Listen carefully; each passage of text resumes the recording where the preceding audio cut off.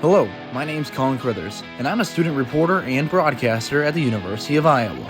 As a journalist, my job is to tell stories, while also balancing everything else going on in my life as a student. But no one tells our stories. So, my goal is to tell the stories of the student journalists, broadcasters, and storytellers all across the country. Let's walk the student beat. Welcome in. Today we're walking the student beat with none other than Aidan Wirtz of Iowa. Wirtzy, how are you? I'm good, Colin. I am good. I'm surrounded by trees. The air is fresh. The day is young, and we're here. So I'm excited. Yeah, I can't be any more shocked that see the scenery around you is, nature and everything, which I know Yeah. we'll dive into a little bit later. But if you want to tell us a little bit about yourself, the journalistic outlets you have worked with, and maybe even what you're doing right now. Sure. Yeah, absolutely. So obviously you and I, our careers overlapped at Iowa for a little bit. I started there, what was that was August of 2022. That was the freshman year. So I just graduated. What's today? Today the 21st. So I graduated just over a month ago from the University of Iowa. While I was there, I worked for Daily Iowan TV for a couple years, worked for KRUI Radio, became a director of that. That was all sports stuff. Did a couple news stories here and there. And then I ended up working for the Lisbon Mount Vernon Sun for a couple months, the Solon Economist for about a year.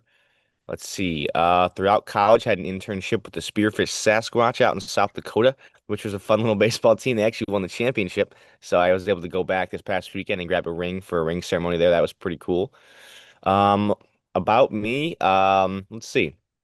Started off in TV, obviously at Iowa. Got into radio. Kind of loved both. Loved radio a little bit more, so kind of transitioned over to that.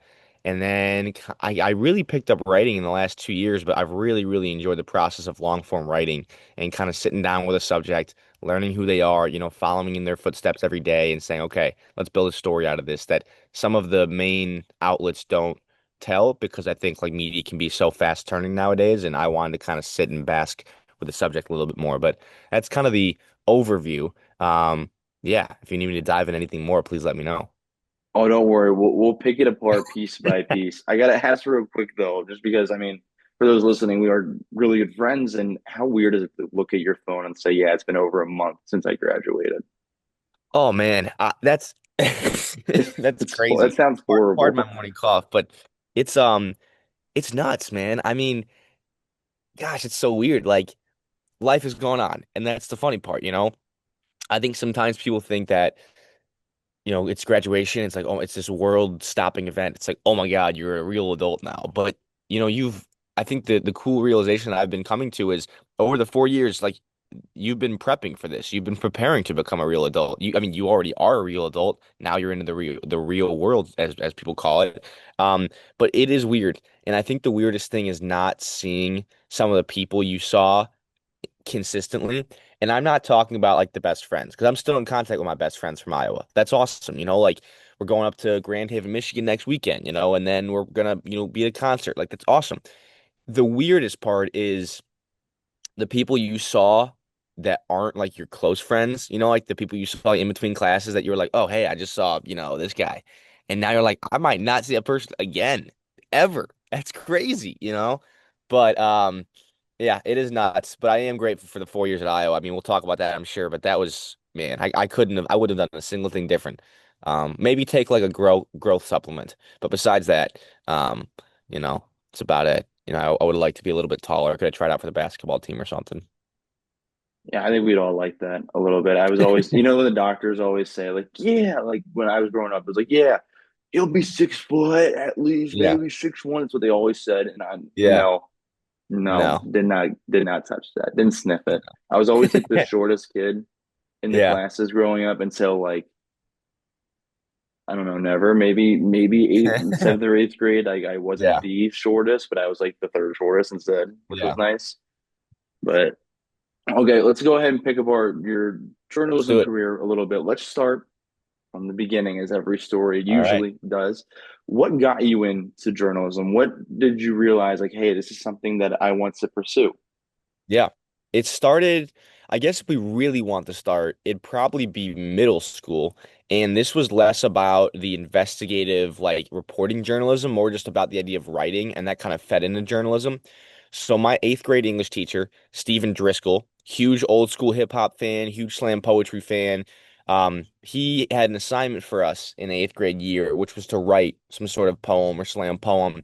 And I thought that I didn't want to do it. I thought that was going to be bad, but that's because I never tried it. It's like turning down a food you've never had because you think you might not like it. It's kind of like that. And eventually, over time, he kind of cracked my shell open. My dog's barking in the background, so if you hear him, that's him. Um, but so basically, he kind of turned me on to writing. And then in high school, my first year of high school, I had a class that was about like journalism and about like kind of journalism 101. Then the biggest transition period was my no, pardon me, sophomore year. I joined the school paper, and then junior and senior year, I was the sports editor of the paper. So for 2 years, I was the editor. That was awesome. Worked through COVID, kind of a weird time, obviously, with papers and distributing and working in the newsrooms and stuff. But that was kind of the most journalistic experience I had had up to that point because we were, reporting on stuff and finding sources, pitching ideas, creating the print designs in Adobe InDesign, which is a horribly frustrating software. Um, but that was kind of the main start to it. And let me think if there's anything else. I mean, obviously, the first time I got into radio was in high school, my final couple months of Lyons Township High School in LaGrange, Illinois.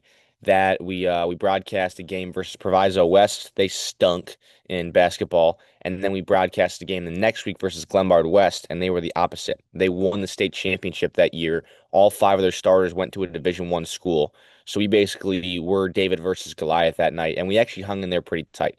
So I think all those experiences, to sum it up, they all kind of opened my eyes to the idea of storytelling and how fun telling a story can be. Even if you do lose to a bunch of 6'10" giants, it's still a very fun time to kind of like embrace the intensity of athletes and of storylines whilst you're not playing. Because that was always the thing for me, as I always played sports, and I was like, oh, cool, I want to play football in college. Didn't play football in college, but I was able to stay around the football field. So yeah.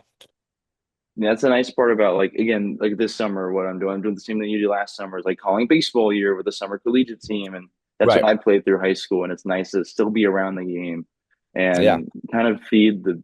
I had this like thought this morning when I was getting ready. I was kind of like, part of my job is just to bring the excitement of baseball alive, and Right. bring those Right. stories together, and I love that idea.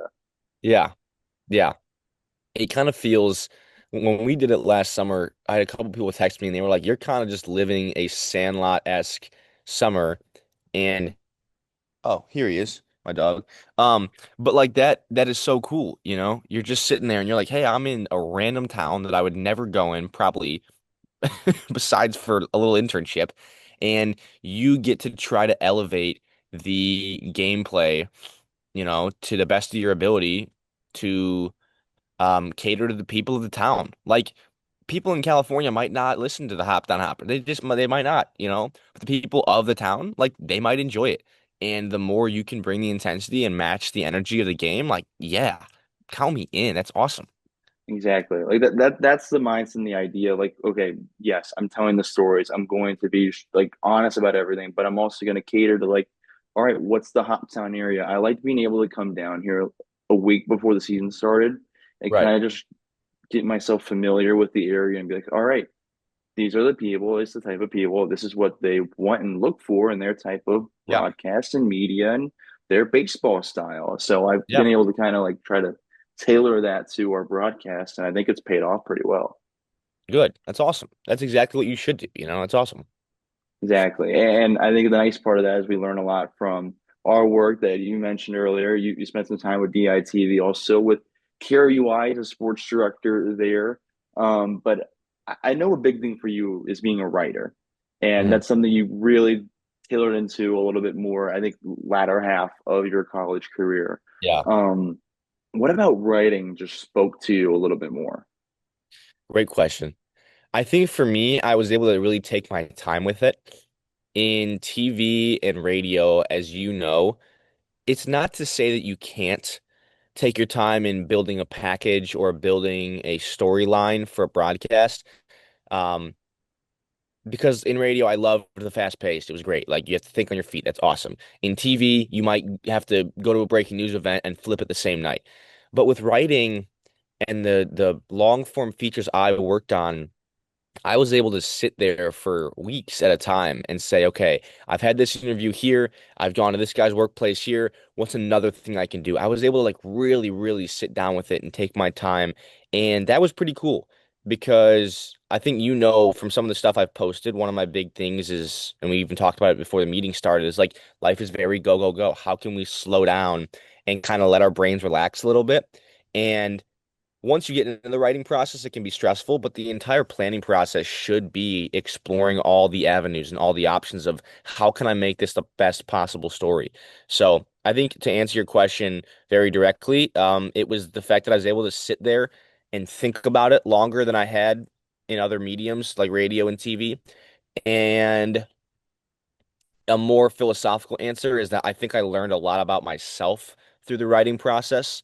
And when I looked at certain subjects that had gone through tough times, it kind of opened my eyes to the fact that I should not be ungrateful for the simplest of things, right? I have to write this story and do it justice and learn this family and tell this story and also look introspectively at myself and say, hey, how can I be more grateful? Because if they can be grateful for their life and it has been so hard, who am I to, you know, be ungrateful, I guess, in a simple sense for what I already have. Yeah, so you see kind of writing as opening perspectives kind of in your life, correct? Without a doubt. Without a doubt, yeah. And I think that makes sense, especially looking at a lot of the stories that you've done. You've had some really good written pieces, obviously. I'll be the Thank you. one to say it. And not only just me, they've been recognized. Yeah, praise be, praise. But I know it's also been recognized by a lot of people, including the university itself. Is there a Mhm. favorite piece that you've written and a reason as to why? Yeah, I mean it might be that one that was recognized by the school. And that one was really weird how it came about. Phenomenal in the ending. It was called Dancing Differently. And that was about Jay Russell, JHE. He's a very well-known local, um, to put it simply, he helps pick up the trash and kind of helps the community in Iowa City. And he used to be a ballet dancer all across the world, which is so crazy. And the point of the story was, even though he had been injured and gone through the ringer and gone through, drug abuse and gone through his parents disowning him and changing his name a little bit, all this crazy stuff in his life, and he somehow winds up in Iowa City and still finds rhythm in the cleaning process like he used to in dance, which is why we titled it Dancing Differently. And that was one of my favorites because I became so close with Jay over our time together. I didn't expect to do that. I thought the story was going to be cool, and it was, but then it was like we were halfway through the story, and I just saw him on the street one day, and it wasn't like, oh, there's my work subject. It was like, there's my buddy Jay, you know? And you sit down in bread garden with him once in a while and snag some food. And then we went over to the greenhouse one day and snagged some pretzels and just talked about the story. And what it became was less formal, and that's why it was so good. Because it wasn't like, hey, come over, we have to sit down, I have to ask you these other five questions. We just talked, man. There was a couple times where some of the best answers, some of the best quotes in that story didn't even come from a question of mine. We were just walking around cleaning the city, and one day he was just like, "Oh yeah, it kind of sucks to be invisible." And I was like, "Yeah, you mind if I write that down?" Like, thank you. But yeah, that was definitely the favorite. I have to mention the honorable favorite or the honorable mentions in the Great Team, which is about Grayson Chapeau in Spearfish. He's a awesome kid. He's got a inoperable brain tumor, and he's one of the biggest fans of the Spearfish Sasquatch team. So that was kind of his whole journey. And then the other one is about Luke Rowan. He's a cross country runner with cerebral palsy, and his connection with the cross country coach, which is Stephen Driscoll, who was the teacher that turned me on to writing. So really cool. And that one was called When Purpose Outruns Pain. So those two stories were great. I will say Jay's probably takes the cake just because of the significance it kind of had in the area and the again what I kind of learned for myself throughout the process. And again, all phenomenal pieces. I'll try to link them as well wherever anyone's listening to this so that you can go read the stories. I highly encourage that you do. And I think another cool thing that I can ask you about, I know Sure. we have younger listeners, like people that are exiting high school and entering college that Absolutely. Yeah. listen and reach out. So I think this is a cool question for them to listen to because we both were in Houston for the Iowa We men's were. Yeah. basketball Elite Eight, Sweet 16 run. And I mean, it was a historic run. The first time they Yeah. made it in eons, right? And Right. after they lost in the Elite Eight, I mean, it was heartbreaking, obviously, but it was still such a cool event, the fact that they made it. And I kind of got to see firsthand your process going through and getting what you wanted to put Yeah. together a good written piece. So walk me through like kind of what happened there, but what is your thought process when you put together these pieces? Yeah. You're asking phenomenal questions. So thank you, first of all, Yeah. for taking the time. You watched me work through the process, and it's a weird process because the goal is basically I don't go into it saying I want to be different than everybody else, but there is a part of my brain that says, how can I write a very unique story that is individual in its own, you know? So after the game ends, it's honestly very heartbreaking. I mean, we went into that media room and it's it's weird. I mean, I'm 20, I was 21 at the time. There's kids who are younger than me who are sitting there who just gave their entire heart to this game and are crying in the locker room. And I have to be the one to go stick a microphone in their face and say like, "Oh, you think this season was a failure or a success?" Like that sucks, you know? So the path I took for that article was to kind of humanize the subjects a little bit. And I think even you contributed to this maybe, or maybe it was AJ, that we went around and kind of asked people, what would your 10-year-old self think of this journey in this moment? And that cracked a couple smiles. And I think it really helped me because then I was able to formulate my story in a different way. I was like, okay, I don't have to write this story about this team that almost made it. You write about this team that did make it, the team that was not predicted to make the tournament. That's the main misconception was people were like, oh, like a couple more points and they would have made it to the Final Four.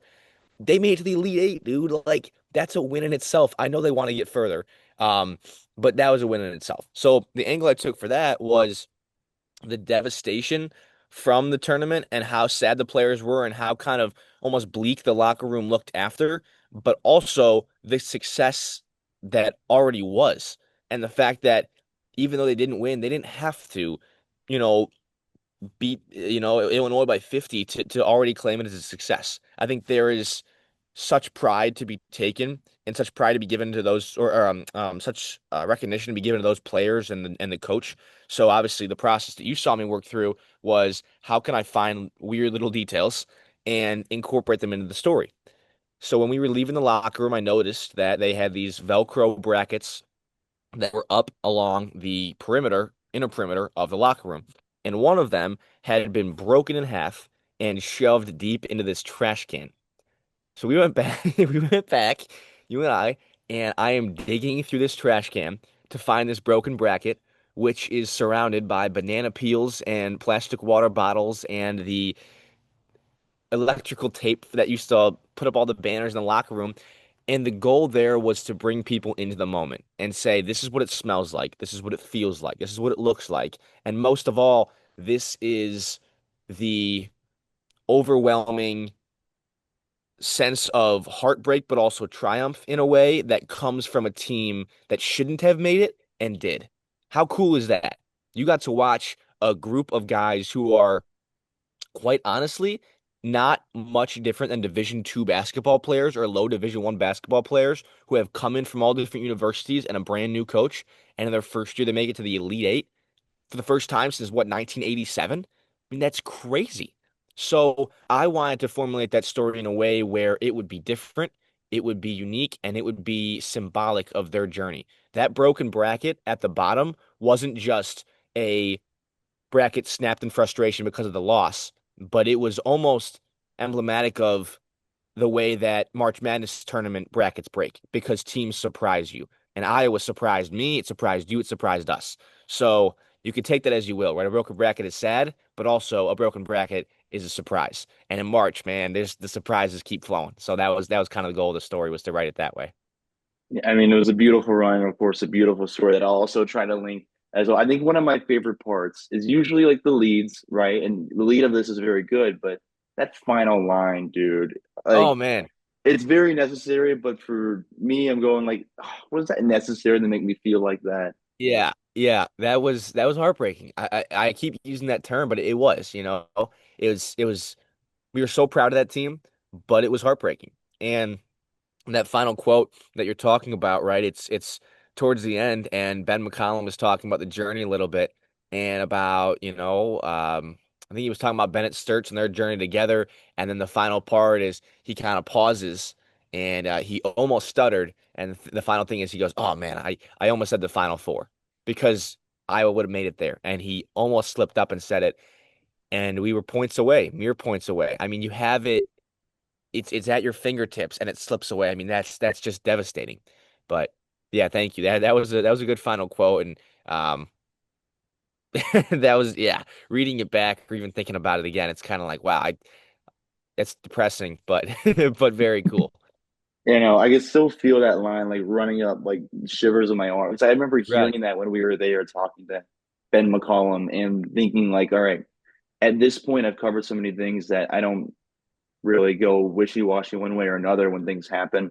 But right. that one I was like, oh, I haven't felt anything like that as a journalist in a long while.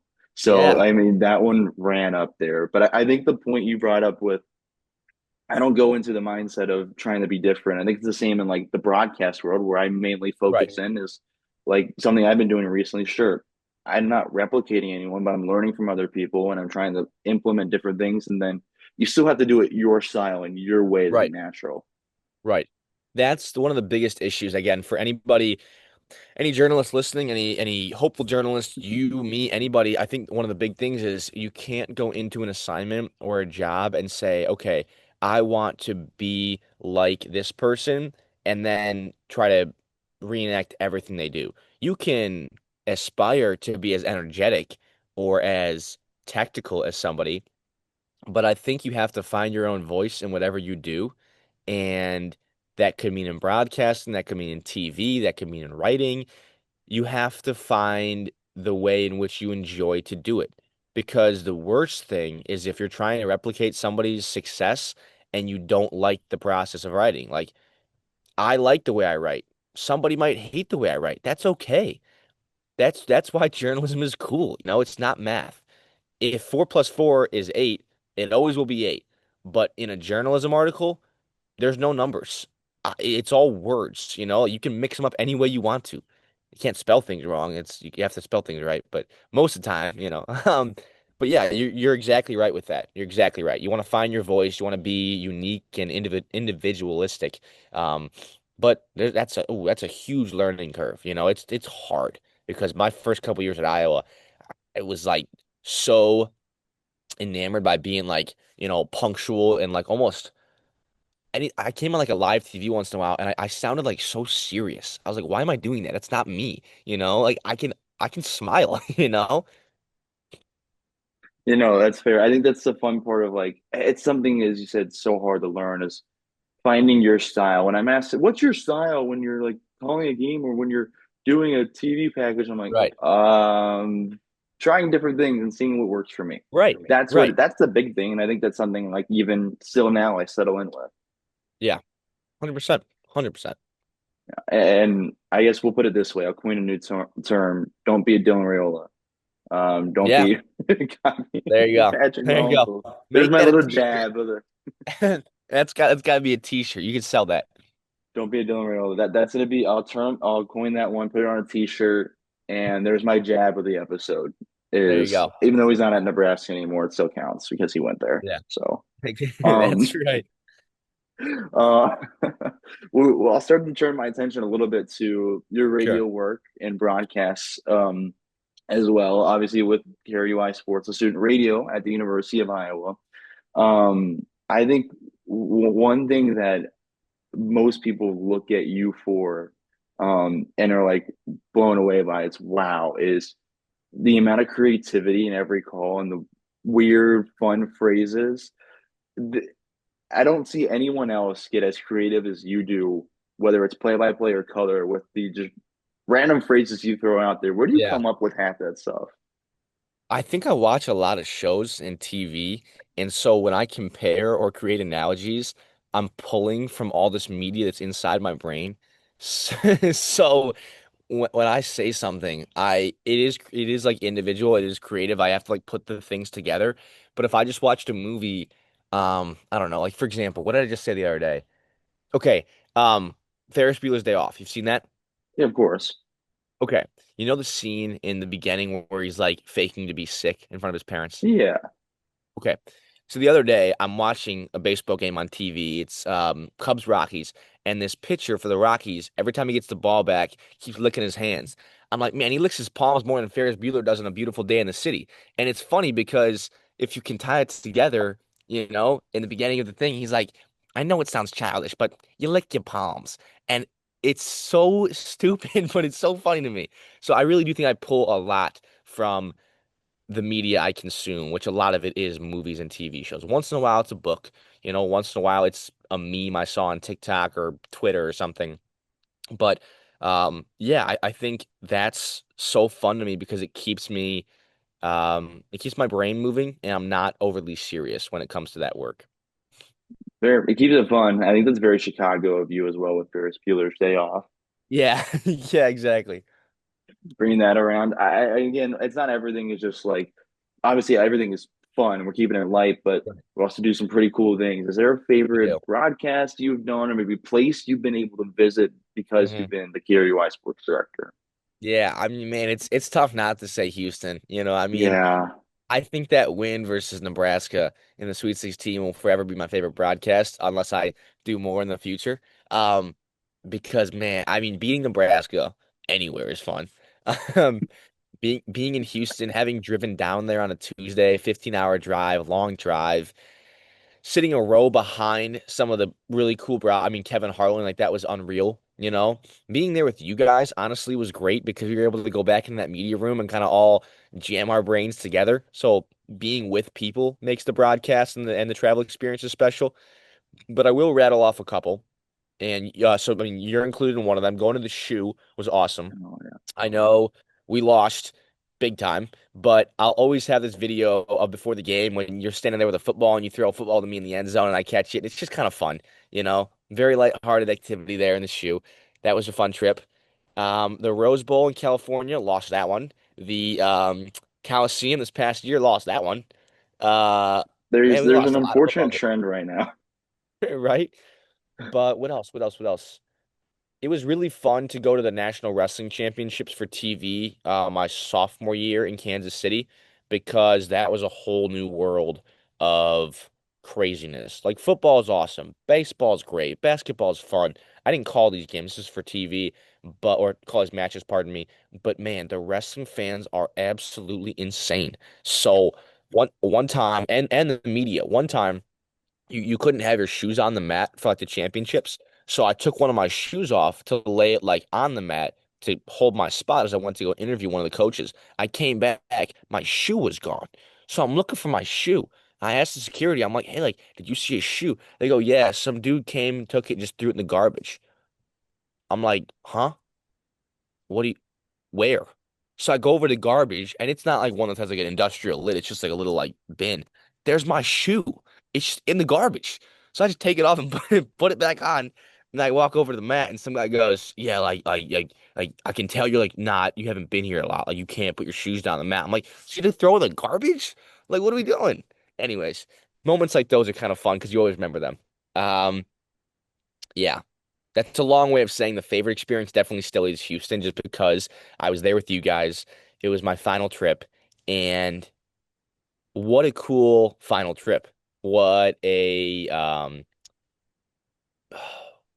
what a symbol of like all the hard work we've all put in. I mean that does not happen without you, Chris, Brad, who was I mean everybody who was there like uplifting each other. Sam, AJ, everybody who was there, just kind of saying, "Hey, let's try this. Let's go and see if we can do this." and we did. So yeah, And I think that's a setup for like this next part of you guys were big try and true through that whole trip for the whole experience of getting down there yeah, and making it work and happen. And I think you know yep, what I'm getting at this point. I'll let right, you tell the story about how KRUI ended up being able to call that game and what it ended up leading to. yeah. So I know AJ talked about this a little bit as well on his episode, and that was so fun. So where should we even start with this? We'll start the night of the Florida game because Iowa beat Florida, as you know, in the round of 32, which was an unreal game. You were there, which was Yeah, briefly before I even answered. Talk about that real fast for you because that was awesome. it was the craziest game. I was there for those listening for TV for DITV, so I was doing TV work, and that Yeah, was the only game out of the four I was courtside for.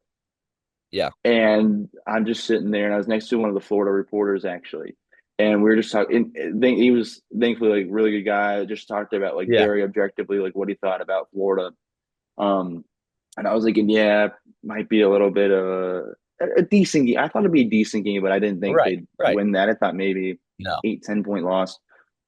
They just kept going, and all this like it was funny texting people throughout that game because it was like, yeah, we'll see, or they're like, what are you gonna do if they win? Like, we'll get to that point if we get there. Like, we'll cross that bridge if right. we need to, and it kept going. We got later into the second half, and I think early in that half, that's when I felt they're not slowing down, and Yeah, there's Florida's not making any adjustments to stop Iowa. And right. that's when I started texting people like this might happen, be ready. Like if I need to make some adjustments with my schedule. And Yeah, we get to, I don't even know, 8 minute mark, and you can feel the heart start going because yeah, Florida's making that comeback at this point. They start pretty, I think it was yep, around the a little under 4 minute mark that they finally took the lead for like the first time. yep. And that's when I was like, oh, it's going to slip. And I'm feeling nervous, not just because I know as a journalist, you got to be like the objective part, but one, I'm a Right, student at the University of Iowa. Yeah, I think it's fine to want your school to right, win. The second part right. is I think no matter what, if I'm a college reporter, I'm going to hope the team I cover wins so Yeah, that I have more games to cover and more work to right, do. And it's fun to right. go like as a basketball fan, cover more rounds. So at that Yeah, point, I'm pretty nervous. I'm like, this yes, is a really intense game. Florida's not making adjustments. Iowa can yep, win it. And you could start to feel the energy. It was the coolest environment because you're in Tampa, Florida for that game. All the yeah, floor, it's an arena full of Florida fans. It was so funny yeah, because there was a game after that with I don't even know. I think it was Texas Tech and whoever they played in the second round. I'm blanking right now. yeah, And it was empty because all the Florida fans packed out right. afterwards. But they were giving us great energy, great atmosphere. And at one point, you're like, okay, this is gonna happen. I started to pull out the phone, and I was like, Yep, they're going to make this shot. The guy next to me, when we went in to inbounded to Bennett Sturts, I went the length of the court and gave it up to yep. Fulgiris. He goes, watch, they're gonna hit a game-winning shot here. And I went, you just jinxed it. You just jinxed it. But I still pulled Yeah, out the phone, filmed it, and I remember what because it was in the same corner that I was sitting that Fulgiris hit the right, shot. right. So he pulls up, and all I have to do is go like this. He's standing right next to me, and I look up, and I'm watching it not through the phone, and I saw it go through, and I think it took me a second to register. Like I watched it go through, and I went, "Oh, they have the lead again." Like it took me Yeah, a whole second, yeah, and that's when I turned around and saw the whole Iowa fans that were right behind me going crazy. J.R. Koch was yep, literally directly behind me, and I yeah, don't think anyone was more excited than him, including Ben McCollum and the team. yeah, Um, and then they still had one more play. They didn't put a shot up. Iowa wins, and that also took me a second to register. Like the buzzer sounded, and I went, okay, oh my gosh, they just won. We're going to the Sweet 16. And I went yeah, down the line. And that's when I think every single person on like press row forgot about the rules of journalism, was like, everyone freaked out. I went up to Maddie Herlick with the Gazette, the Cedar yep, Rapids Gazette, and we yeah, both just held our hands and screamed at each other, oh my God, what just happened? Like in yeah, unison. It was the coolest thing. And right, I grew up an Iowa fan as well. So going back right. to the tunnel to get ready for post game interviews, you just felt chills the whole time and a Yeah, weight of emotion that it was unlike anything at that point. I know that was yeah. long winded, but it was No, such that a cool was experience. you should be long-winded in that because that was unreal. And to be a student at that time, I mean, how lucky are we?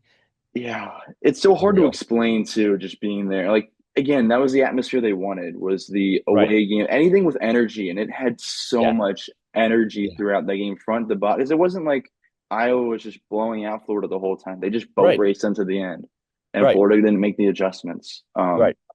So the crowd was in it the whole time. They expected Florida to win. I interviewed a few Florida fans before the game, Yeah. and it's in my story.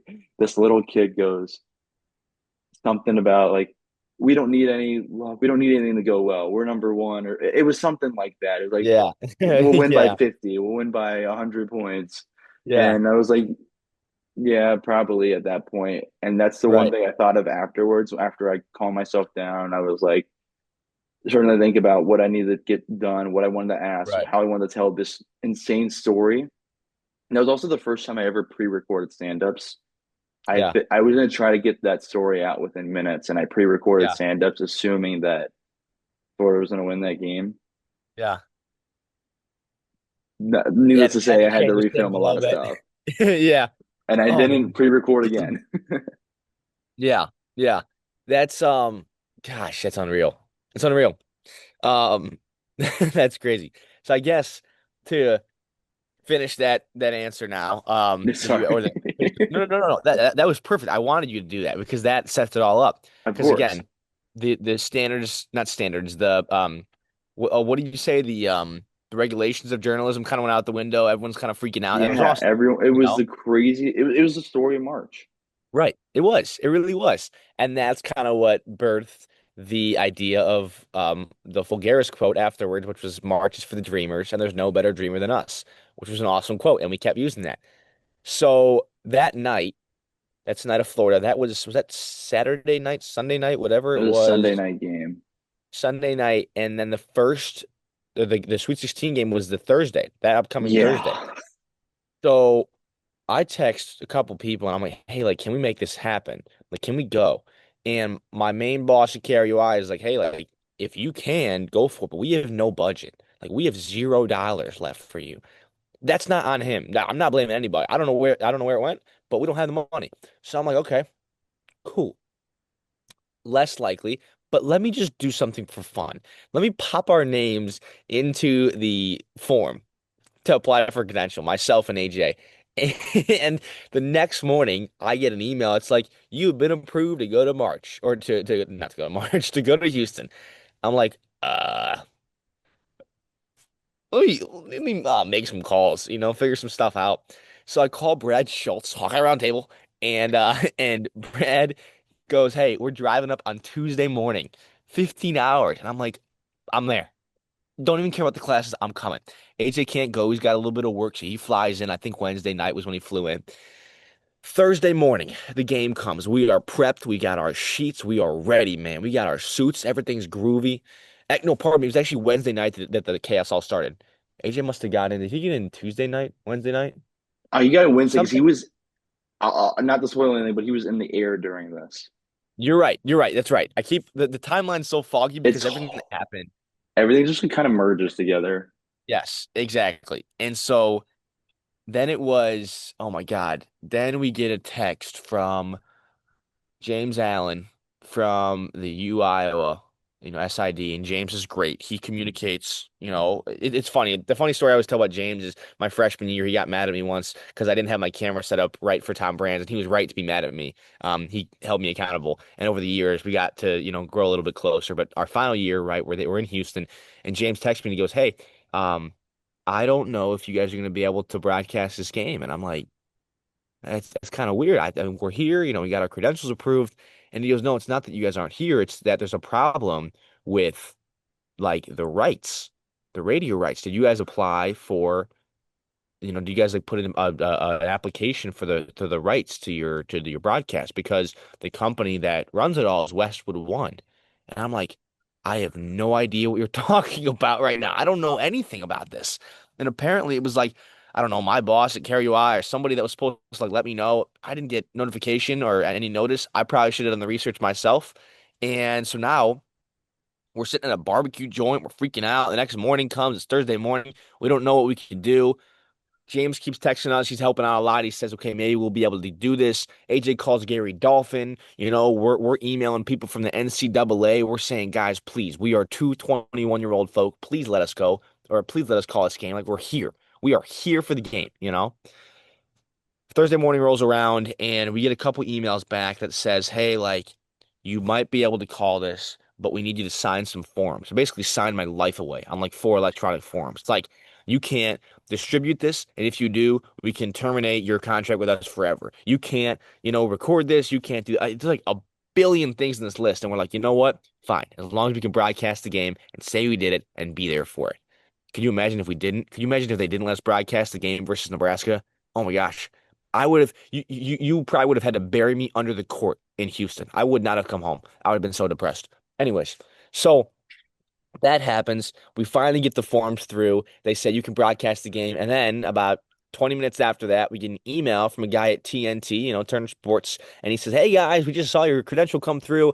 Let us know if you want to record yourselves for the game. We might be using some of the clips for our March Madness page for the student broadcasters because of those guys from High Point. Or no. Yeah, right. High Point. Yeah. The guys who kind of started it all. So we're like, cool. Whatever comes of it. No problem. We're losing the entire game versus Nebraska. The entire game we're losing. 2 minutes left. Bennett Sturts hits a three. Iowa goes back up. We win in the final moments. We have a great final call. We record it ourselves and we send it into them with the clip synced in the media room. And we're like, cool. All right. That should be fun.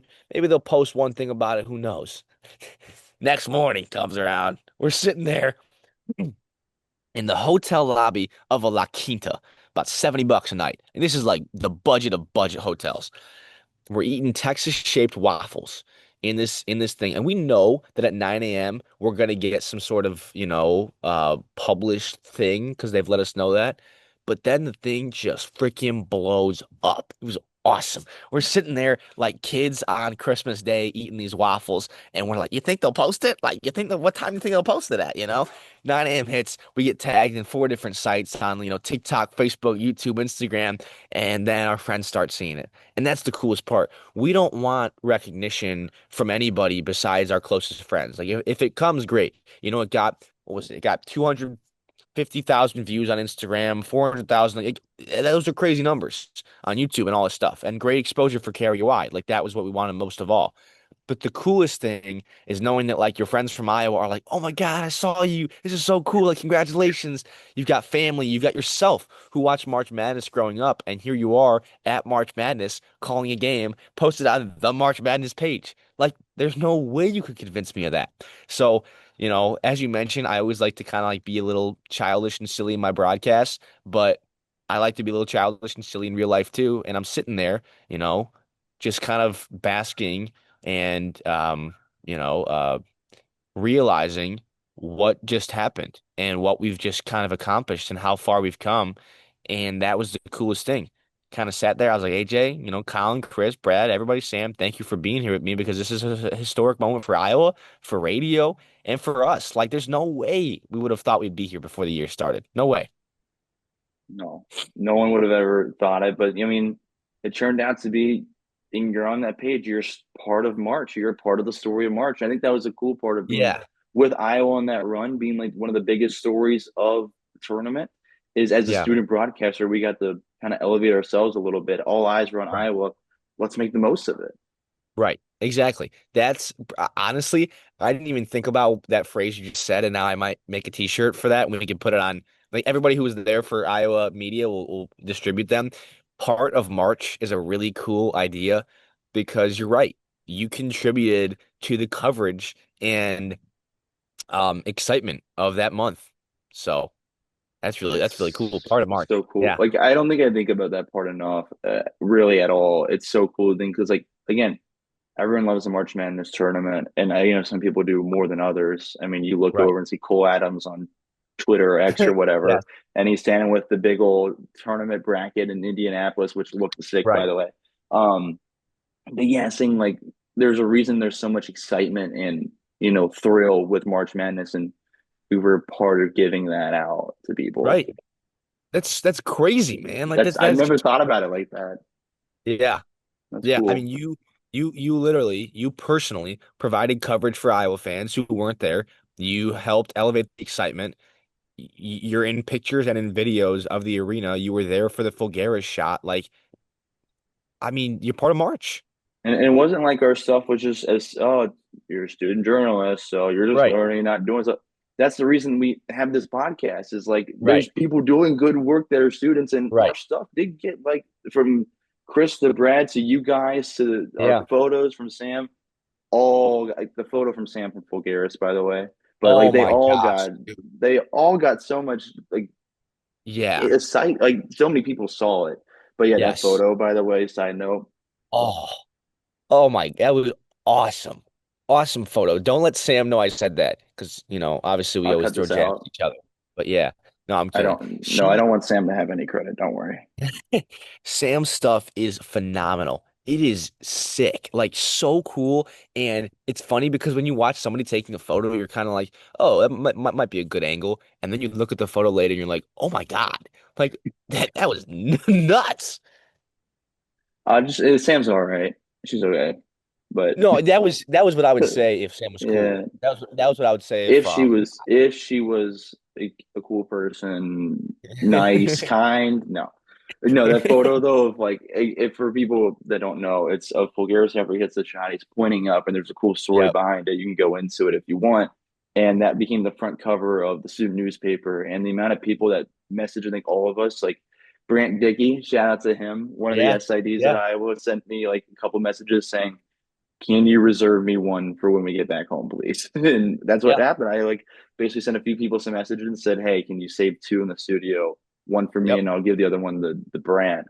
Um, and yeah, I mean, just a great story overall. You can't talk about it enough. We talk about it a lot, but we can't talk about it enough. It'll be something we talk No. about to our grandchildren. 100%. I mean, this is think about that. 1987 and this was 2026. Okay? That is that's crazy. That is almost 40 years of Iowa not reaching that round of the tournament. And we're lucky enough that they do it during our college career and that we got a chance to go out there for it. Like, what do you mean? That's I'm dreaming. I'm still dreaming.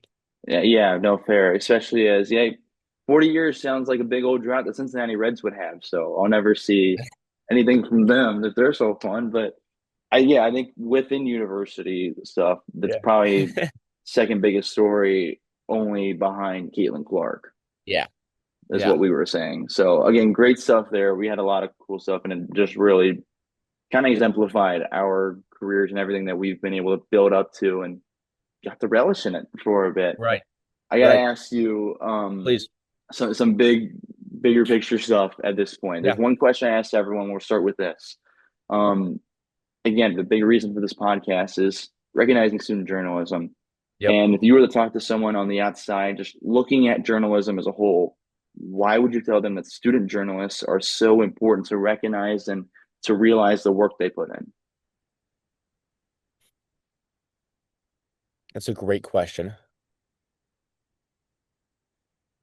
I'm gonna sit and think about this for a minute, if that's okay. You're good. You're good. You can take all the time you need. We're not in any rush. Don't worry. I got some All tough right. ones for you. I apologize, but No, no, no, no, no. Those are good. That's why student journalism is good. You ask tough questions. ask tough Um, questions. Can't why just students? ask, Okay. what's your favorite color? No.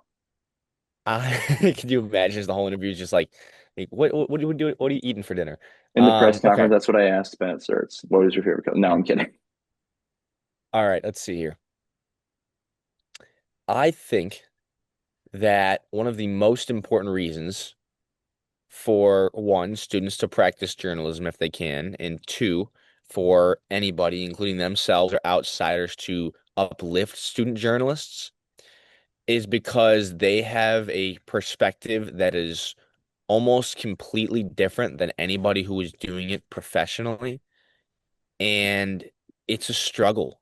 You take classes, you have extracurriculars, you have intramurals, you're dealing with new relationships, friendships breaking off. There's a lot going on all while you're developing as a human. The front of the brain doesn't develop until what do they say, 25 years old. So you're going For men, through women are smarter than us, but that is true, yeah. I mean, you're going through some of the most formative years of your life as you're trying to write these stories and learn about yourself. And I think on top of that, it teaches you a lot of skills. It teaches you how to have conversation. Public speaking is one of the biggest fears in the world. And here you are getting on camera at the end of a game and speaking into a camera a million times because you keep messing up. We've all been there. Here you are asking questions in a media room to a brand new head coach in Ben McCollum or to a more seasoned and tougher head coach like Tom Brands, and you might get embarrassed some days. There are so many emotions that come from journalism, specifically student journalism. And I think the people who really do it well and end up succeeding are the ones who overcome the fear of embarrassment and the fear of being judged. Because you cannot have thin skin in this industry. If you do, it's probably not for you. And if you start to develop that thick skin, you'll realize that, wow, okay, I can be here. I deserve to be here. I deserve to be in Houston for the Sweet 16. I deserve to ask questions. I have worked my tail off to do this. So those are some really important reasons, I think, because you learn a lot about yourself and you are able to build a lot of communication skills and a lot of, people skills. Let me think if there's one more. I mean, honestly, the really cool reason, again, is because as I mentioned at the start, you're at a different level of the higher up journalist. You're in classes with some of these kids. I had a class this past year with Tate Sage, who had some really, really solid moments in the tournament. There's times where we've talked in the past, like Brian Allen was a journalism major. He's right now, I think he's at Vanderbilt playing football, but he was at Iowa playing football. What a cool experience to interview him. Like we're in the same classes together. So you understand what these people are kind of going through and struggling with in terms of being a student and being an athlete. You're a student and you're a journalist, there's other obligations. But as a student journalist, it's important because you can kind of see them for who they are, whereas sometimes the major outlets see them as commodity. They see them as a headline and you see them as a person. And I think it's really important to humanize these subjects because they're 18, 19, 20, 21, 22, just like you are. So it's important to kind of recognize that as well as write a damn good story, which we've all done, or report on one. Yeah. Absolutely. I love it. I think that's a great answer to the why. Like, I think you really hit the nail on the head with it. Like, that's student journalism, that there's so much going on, and yet you're still pouring your heart into something that Right. you love. You have to love it. It's a grind. Right. Right. It's a grind. But It I think is. this goes back to now the part that we've mentioned at the very beginning of this is surrounded by trees, surrounded outside right now. Yep. Yeah. I think this answer might lead to this. I think this question might lead to this a little bit. Sure. What would you say kind of inspires you as a journalist and a writer?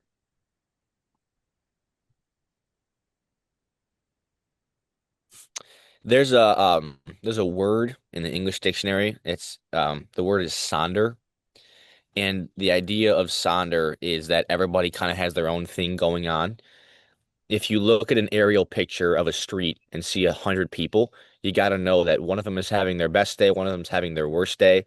And that is kind of what inspires me to continue writing and finding stories because you never know who you're going to bump into. You never know who you're going to interact with. It could be the guy behind the deli counter. It could be the Uber driver. It could be the trash cleaner in Iowa City. It could be somebody in the children's hospital for Iowa. The idea of that is that everybody is going through their own struggle. Everybody is going through their own triumph. Everybody is figuring out life for the first time, right? We're all on this big floating rock together. And I think sometimes people are pitted against each other when the best journalism can bring people together. And I am constantly inspired to tell those stories and stay curious because the more we ask questions, the more we're enlightened by other people's experiences. I think there's a really cool quote where that says, the more you stay in pardon me, the more you stay in one place, the smaller your world gets. And that doesn't just mean physical. You don't have to move around the country, but if you move down the block and ask one question, you'll learn more. Or if you move to another apartment and ask questions to your roommates, you'll get more answers. You'll find out more about yourself, you'll find out more about the world. So I think asking questions is so important and staying curious is so important. And that's kind of what we do in our profession. We have to continue to find and formulate stories. And what really inspires me is that curiosity aspect. Of course, you mentioned the nature, and for me, travel does do it a lot. So I've been around the country a little bit, not a huge amount, but on those travel trips. Like I was in the Grand Tetons this past summer. I met a kid by the name of Oliver Weir. I met him one day, we hiked, and then we stayed in the same barrack the next 2 nights, and now we're still in contact. And we're gonna probably go on a hike here in the next year. So again, are you are only limited by what you want to do and who you want to be. I think there's obviously, uncontrollables, financials, and, location and whatnot. But sometimes we forget that free will does exist. I can pick up my luggage right now and go to California.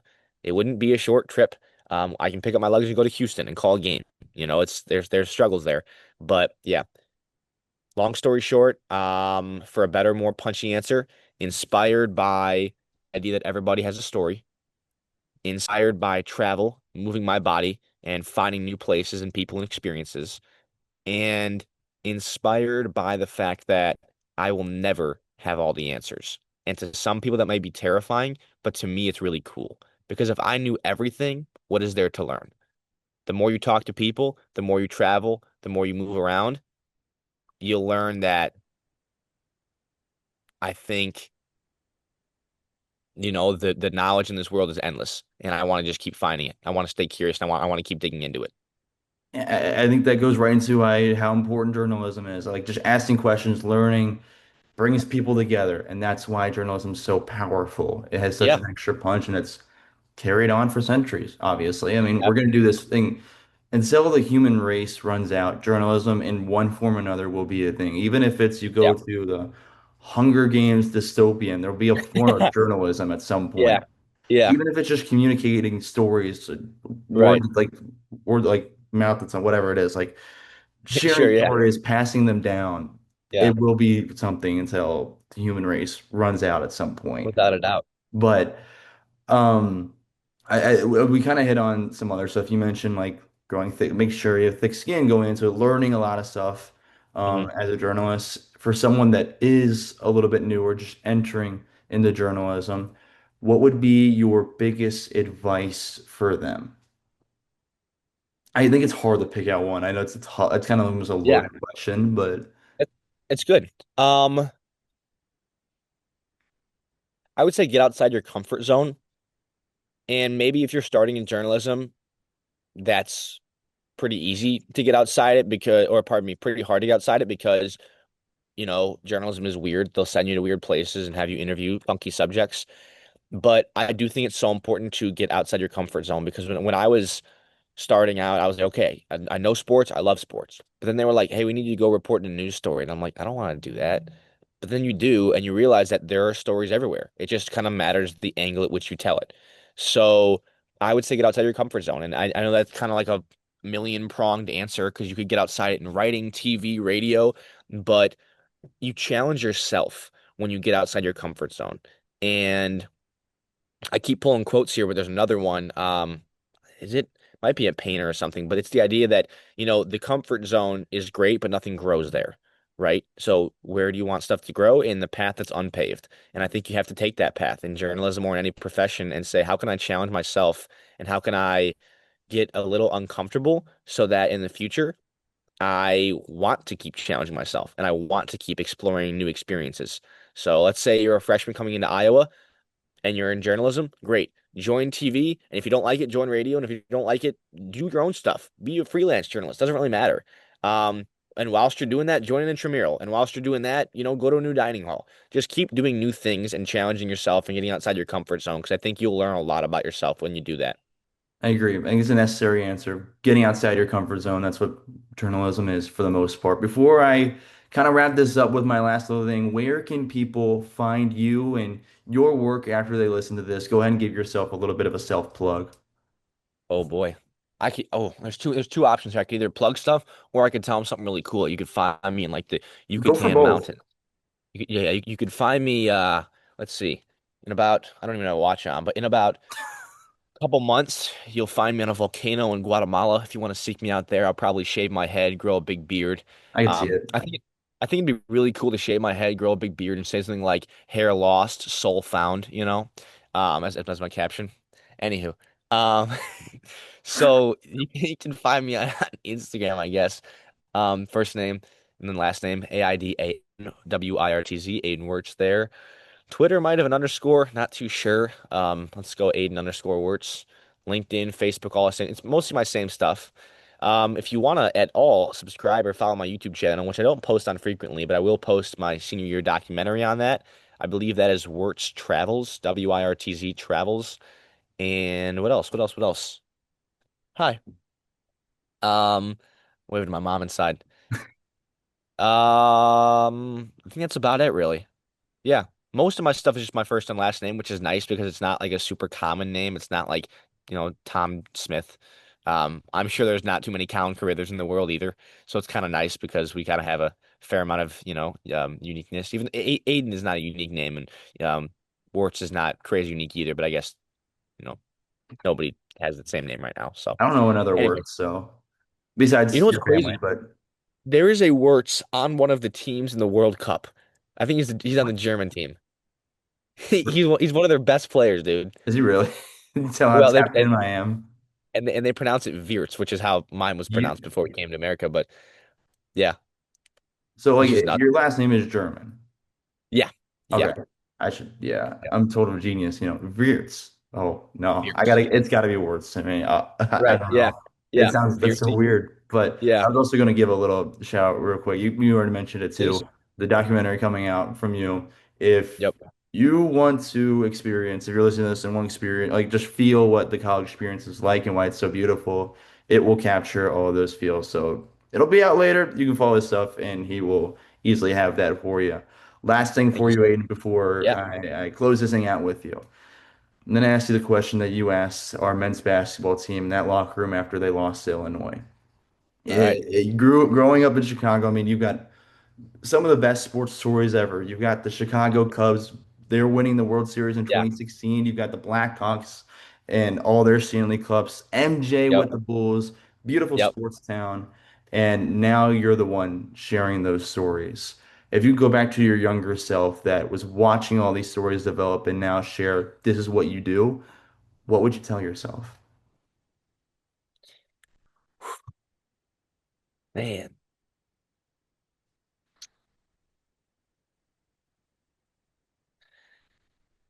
I'll give a funny answer and then a more real answer. The funny one is to not be deterred by people telling you to stop asking questions.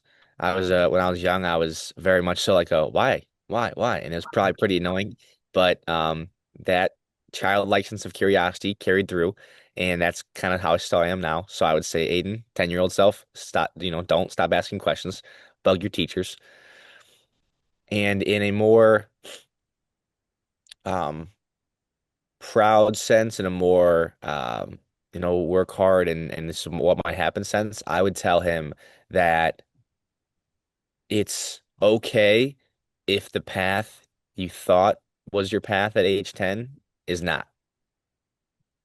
And it's important to turn around at dead ends and find another way instead of stopping at this big brick wall and saying, well, this is it. This is the end. There's always another path.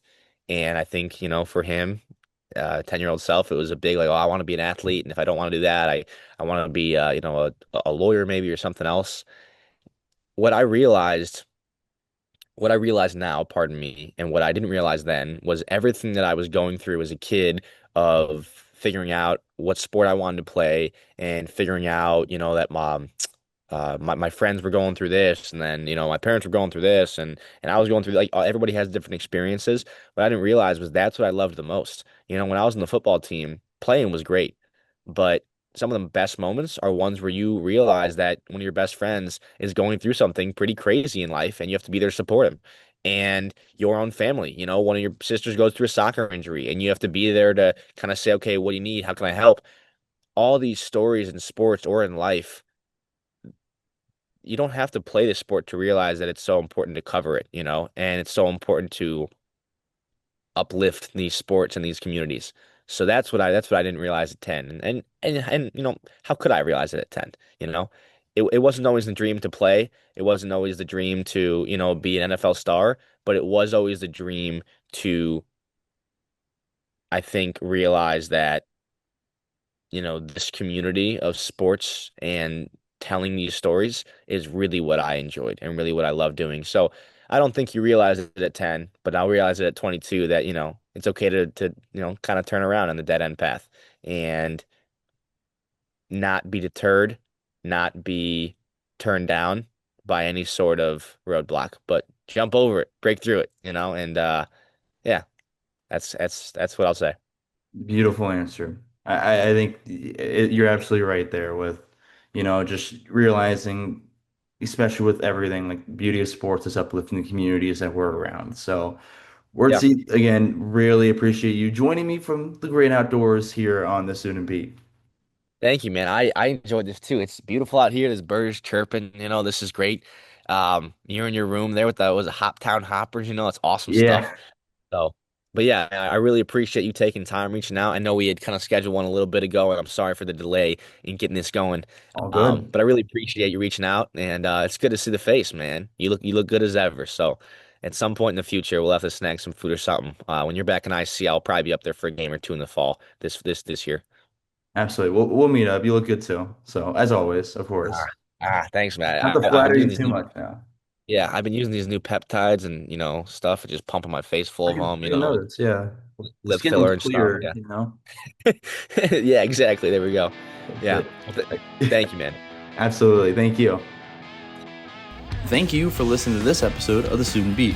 Make sure to follow Aidan and check out all of his work. And if you want to be on the show next or know someone that should be on the show next, well, don't be afraid to send recommendations by DMing the podcast on social media. Speaking of, you can stay up to date with all upcoming episodes on Instagram, TikTok, Twitter, and YouTube by following at The Student Beat.